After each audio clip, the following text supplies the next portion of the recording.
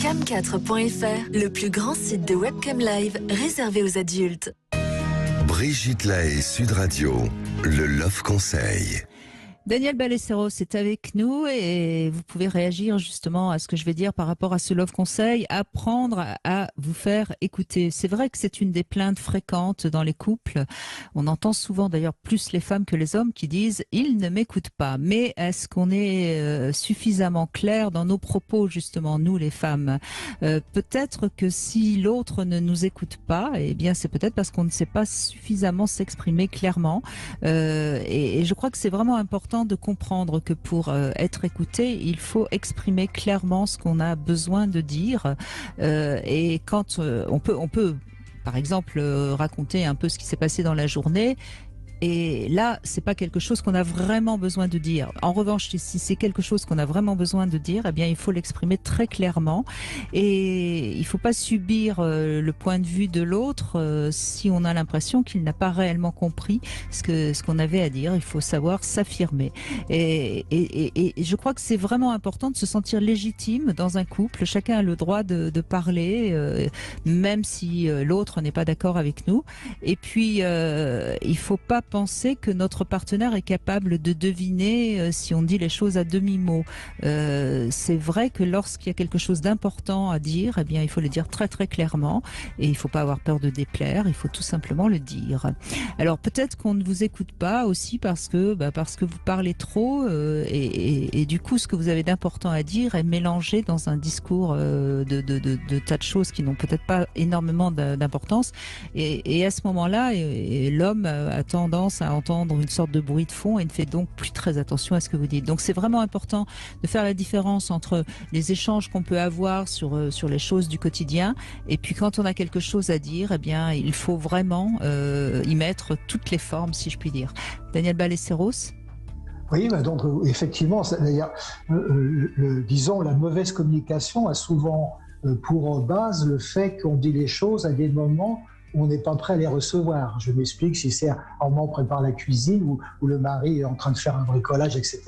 Il faut que ce soit un moment où tous les deux soient en position de pouvoir écouter l'autre. C'est ça le problème, tranquillement. Alors, au cours d'un repas, là, il faut éviter les chamailleries. Et bien sûr, si c'est des doléances, des rancœurs et des rancunes, il vaut mieux éviter.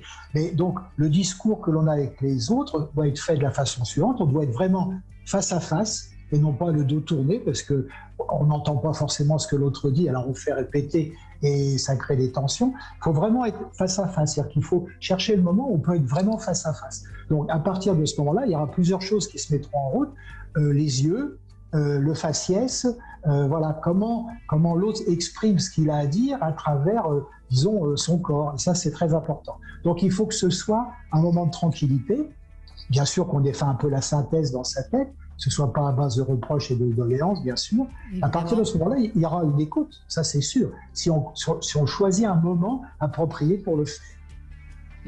Et surtout ne pas sauter sur l'autre dès qu'il rentre parce qu'on a quelque chose d'important à lui dire. Tout à fait.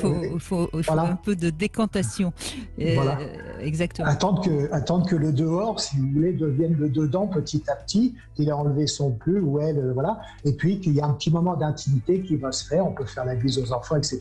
Et puis à un moment donné, il y aura forcément une intimité. Sinon, c'est pas un couple. Si chacun retourne dans sa chambre tranquillement, effectivement, le dialogue n'existe pas. Donc, il faut attendre un petit peu que les choses, comme vous dites, justement se décantent. Et là, on aura un vrai dialogue. Exactement. Demain, on sera avec Anne-Laure Buffet et on se posera la question quand est-ce qu'il faut rompre dans un couple. Voilà, parce que on sait que les couples se séparent de plus en plus et pas forcément toujours à bon escient. Et on fera un petit peu le point avec Anne-Laure Buffet demain.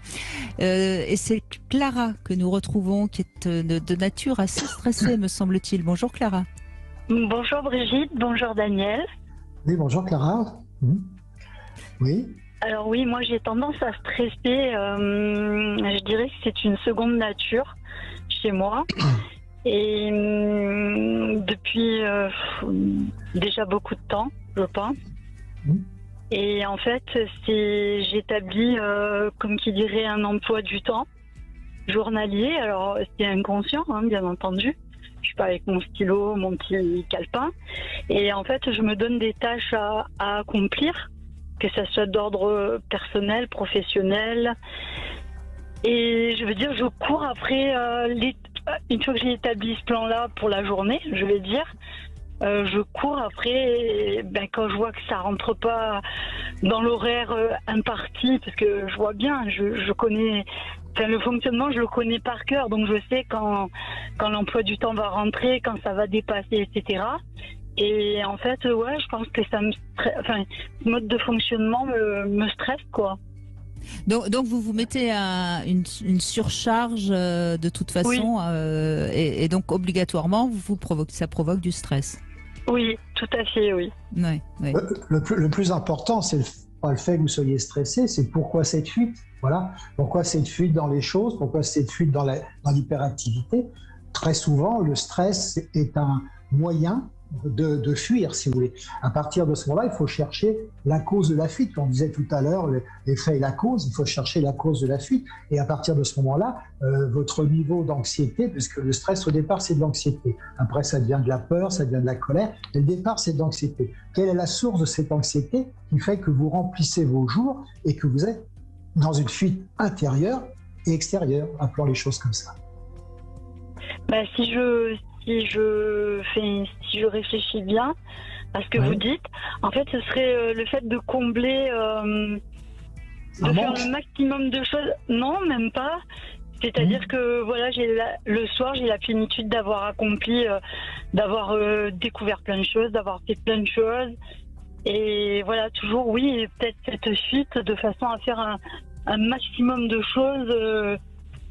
Comme quelqu'un qui va manger. Oui, mais alors quand vous êtes...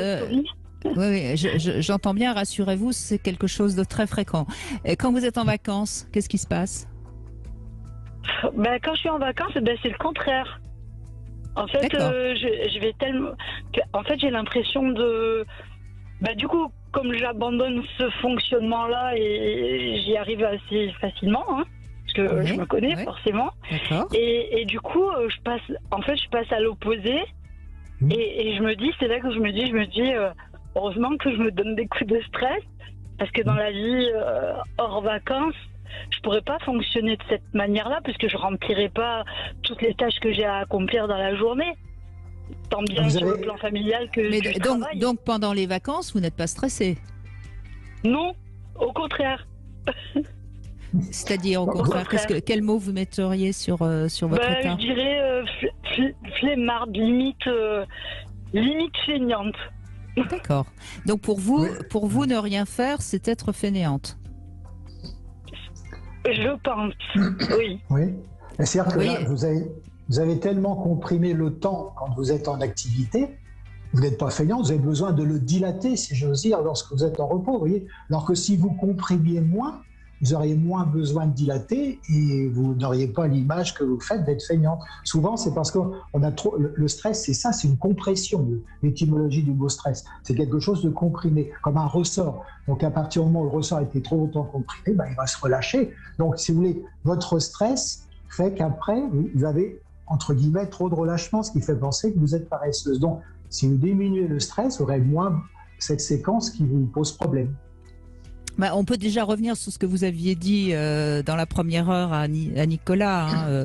Non, c'était pas Nicolas, c'était Adrien. Il fallait un peu ralentir. Ralentir, oui, tout à fait. Déjà, Clara, on peut vous donner ce conseil-là. Et puis, moi, je pense que ce qui pourrait peut-être être intéressant pour vous, c'est de voir le soir quand vous faites le bilan de tout ce que vous n'auriez pas fait, hein, puisque de toute façon vous avez chargé la mule, si je puis dire. Voir quelle importance ça a au fond. Au fond, mis à part le fait que je suis contente finalement de tout ce que ça m'apporte. Au fond, ça me remplit. J'ai l'impression que ça me remplit. Mais je veux dire, ça va m'apporter aussi de la dynamique. En fait, c'est ça va m'apporter de la dynamique. Du dynamisme qui va me porter. Ce stress-là va m'apporter de la dynamique, en fait. C'est comme si je tournais en rond, hein. Je me rends compte que Oui, mais j'entends bien. Ça Oui. vous donne l'impression d'exister. Vous avez besoin de cette sorte de Oui. surenchère pour vous sentir exister. Je pense que ce serait intéressant quand même de faire un petit travail pour voir qui vous a, qui vous copiez quand vous agissez comme ça. Il Eh ben est- déjà, c'est pas mes parents, ça c'est sûr, parce que ma mère, elle est à l'opposé. En fait, quand je regarde parce qu'on est une fratrie de 5, Oui. bon, tous grands, hein, bien entendu. En fait, je suis la seule à être comme ça, en fait. D'accord. Donc c'est finalement l'opposé que vous avez choisi par rapport à votre famille. Eh ben peut-être. C'est une famille de fainéants, vous, en quelque sorte. Non, mais je reviens sur ce que vous disiez par rapport Non, mais aux pour moi, vacances. ils Hein. sont. Oui, pour moi, j'ai même du mal à, je vais dire entre guillemets, à supporter.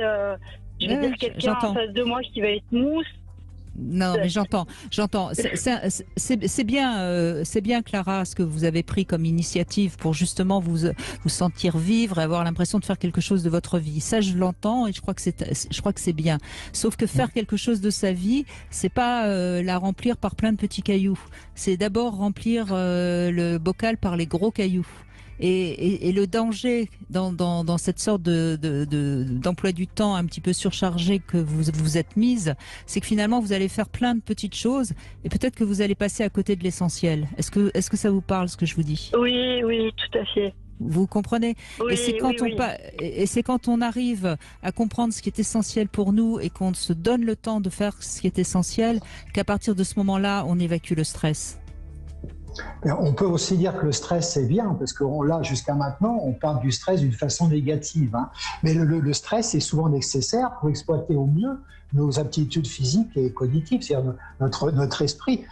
Donc, quelque part, effectivement, ce stress est trop, mais il est nécessaire aussi pour savoir ce que l'on fait, si on le fait bien, et si ça correspond à nos aptitudes physiques. Il y a des tas d'études qui l'ont démontré, donc il ne faut pas non plus péjorativer le stress. Ce qu'il faut, c'est qu'il n'y en ait pas trop. Voilà, c'est ça le problème.